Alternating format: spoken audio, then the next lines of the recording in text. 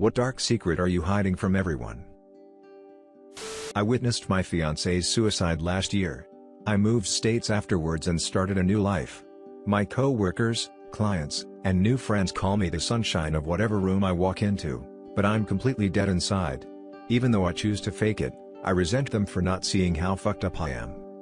Last Christmas I leaned my sister and I don't have the same father and are technically half-sisters. My sister's biological father tried to start a relationship with my mom that resulted in a pregnancy and ultimately didn't work out. That biological father is dead now, but I didn't probe any further about his identity or how he died in case it was something traumatic for my mom to remember. So she raised my sister as a single mother at my grandma's house in the 80s, then she met my father and they started dating and it worked out because they got married in the 90s, moved into a new house, and a short time after that I was born. She told me never call my sister my half-sister and just pretend all of this doesn't matter because she's my sister and I'm keeping it that way, and if anyone asks about the 10-year age gap I just tell them it's a long story. I'm the spitting image of my grandpa on my dad's side. Both my parents are almost a foot shorter than me, but I'm almost the same height as him. When my mother got sick when I was a kid, my grandpa went to visit her daily for extended periods of time in the hospital. In his final months, she did the same. After he passed, we found out he kept a whole other family on the side in secret too. Looking back at my dad's military deployment history, it would also be dicey if she could have gotten pregnant by him around the appropriate time. Based on a collection of various hunches, I'm fairly convinced I'm the product of an affair between my mother and supposed grandfather. More disturbingly, this would probably be one of the most lighthearted revelations about my family. When I was young, probably around age 9 or 10, I was walking home with my dog from a house around the block when he cut the corner and walked diagonally through the yard of this super mean old lady who lived at the end of her street. She was in her yard at the time tending to these really fancy looking rose bushes she had growing in beds along the border with her neighbor. My dog was a very friendly golden retriever who didn't even really come near her and certainly didn't do anything threatening, but she sprayed the fuck out of him with some kind of insecticide or other chemical she was using on her roses. I ran back home with the dog and hosed him off. He coughed a bunch, but seemed otherwise fine. I didn't tell my parents because somehow I thought I was going to get into trouble for letting the dog walk in her yard. I'm glad I didn't tell them, though, because I decided that night to sneak downstairs, out the half-bath window, and down the street to her yard where I cut down every goddamn rose bush I could get my hands on. I've struggled with disordered eating for at least a decade. It ebbs and flows. I know it's unhealthy, but the toxic part of me loves the feeling of being empty. Several years ago it was really bad. I was at my lowest weight ever, I had brain fog, difficulty breathing. When I started eating again my stomach would get really bloated even if I only ate a small amount. I gained weight in the last year or so and my depression and anxiety got really bad for a while. My family thinks I don't want to spend time with them. However, I just wanted to stay home because trying on my clothes and the idea of being in public made me want to kill myself. It was easier on me mentally to just stay home. I can feel myself slipping back into my old disordered eating habits unfortunately. I work in healthcare, elder care to be specific. I've seen so many families hang on way too long and cause their loved ones so much unnecessary suffering. I know it's a complicated and painful feeling, but trust me when I say you did the right thing. Doing CPR alone on someone at that age is cruel. Their ribs are so fragile that they shatter from the chest compressions. And that's just the beginning of things that cause them pain and discomfort. The only person in my life who knows this story is my husband. When I was 8, I was desperate to be liked by the older boys on the street.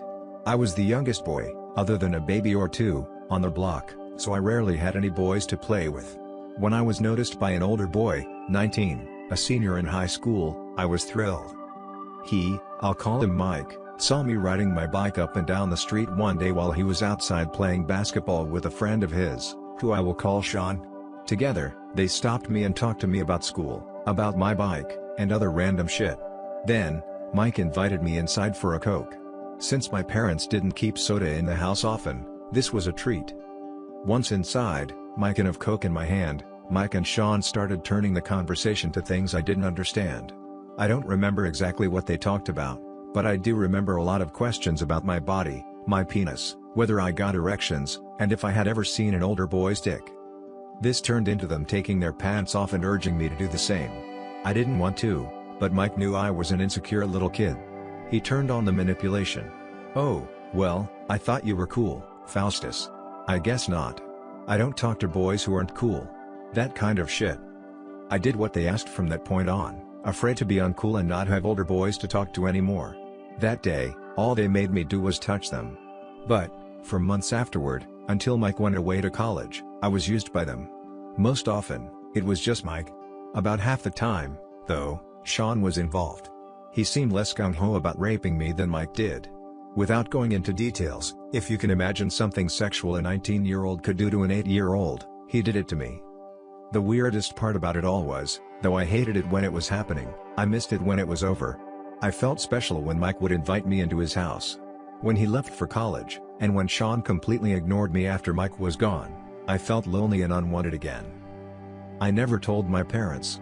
To this day, more than 30 years after the fact, they don't know that it happened. Mike and Sean never faced any sort of repercussions for what they did to me. Though, in a small bit of justice, Mike did end up going to prison about 10 years ago for doing the same thing to another boy. There are probably more than just that boy and me, but at least he finally got caught for hurting someone. Most people in my family think that my mother recently died suddenly from complications due to cancer, but she really died from the toxic effects of oxycodone, morphine, fentanyl, and methamphetamine. Seems as though she just had herself a secret death party. NSFW warning. That I am a meth and sex addict, and I am a gay.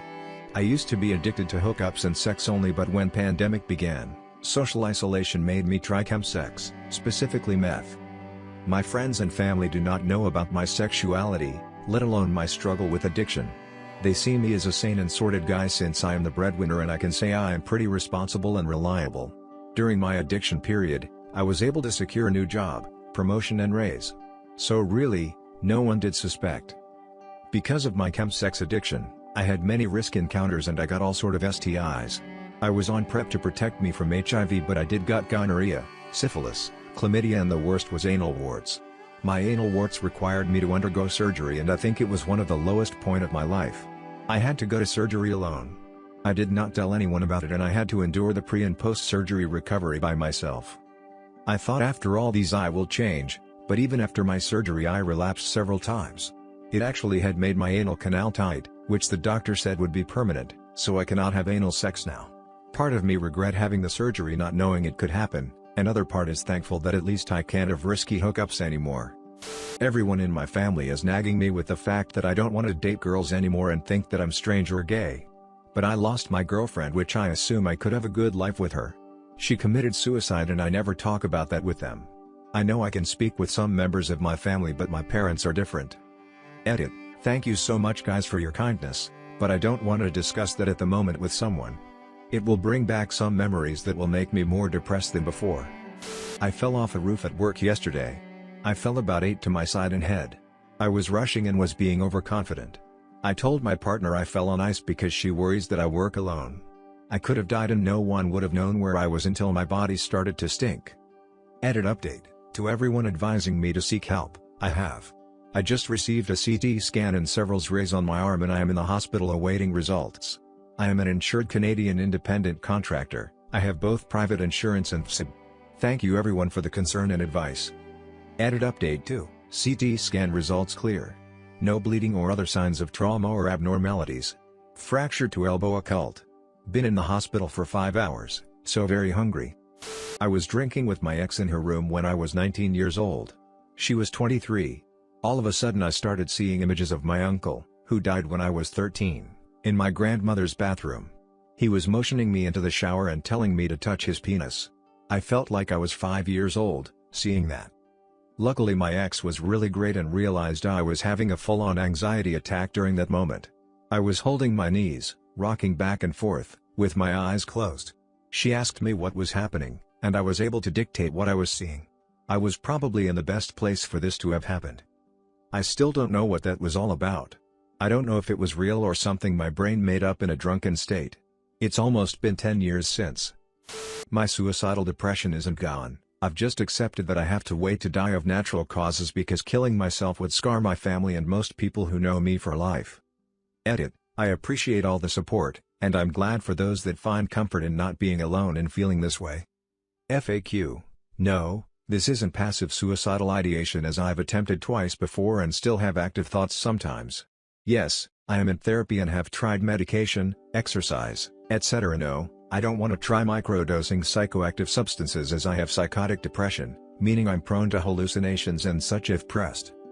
When I was 10, I was the victim of serial child molester. A teacher, a woman, and no one believed me. This is an important detail as to why I did what I would later do.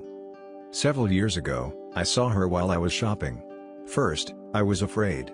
Then I realized, I was not 10 anymore. I was a 25-year-old, adult male. I became angry.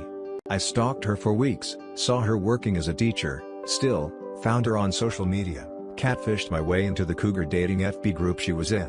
Learned she had victimized more kids since she had lost me as her pet. She called her victims her teacher pets.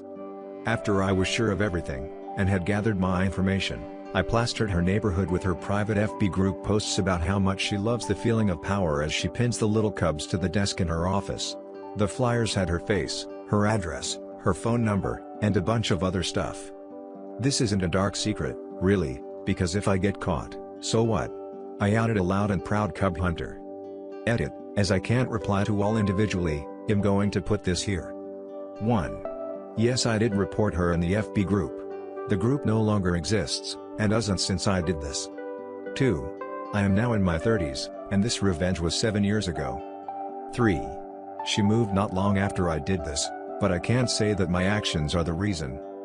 4. I have not continued to follow her, as my mental health takes priority, and the actions I took back then, for my revenge, actually caused a bit of relapse on my depression. 5. I reported her when I was 10, and again when I found her living in the same town when I was 25, the group chat logs, the Facebook's posts, and all information was turned over to the local police via throwaway email. To my knowledge, nothing was ever done on the matter. 6. I didn't kill her, or cause her physical harm, because I have a life, and while it isn't all that great, it's a lot better than prison.